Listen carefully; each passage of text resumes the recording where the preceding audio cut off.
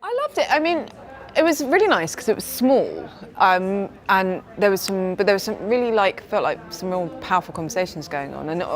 a massive highlight for me is I've never been in Oslo, and it's really beautiful, and it was really a nice experience to come in on the train, and it's a really lovely city, and and it's not I have met some people at previous conferences for the EACD, so it was a nice bit of a reunion. Well, I mean, my background is kind of both education and political, and I started writing about 5 years ago big pieces that became kind of not quite phenomenons, but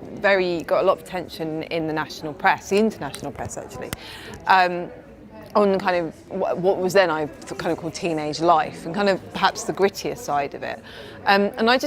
it was very clear that this was a kind of a fairly undocumented aspect of modern life, and I became more and more interested, and I didn't want to just represent Generation Z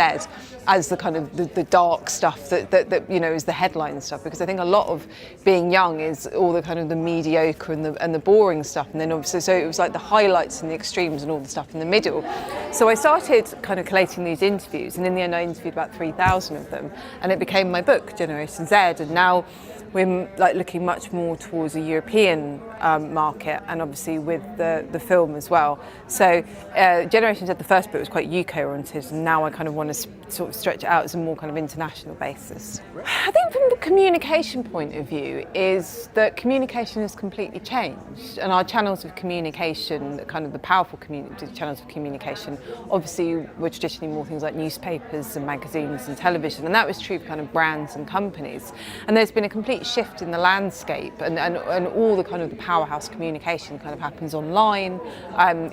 through the big kind of social media sites, and that's really crucial, I think, for any brand or company to understand. But in particular, I think it's really important for them to understand how they communicate and reach Generation Z, because it's really important for them to, I guess, acknowledge that Generation Z don't inhabit the spaces that young people traditionally have done, and that's where they've been reached, and they inhabit all these kind of new spaces that often older generations don't really understand, or they're quite slow to understand. So I think from a communication point of view, it's really important to understand these kind of communities and spaces that Generation Z spend time in and communicate amongst themselves in, and kind of utilise those in a kind of positive, sort of symbiotic way.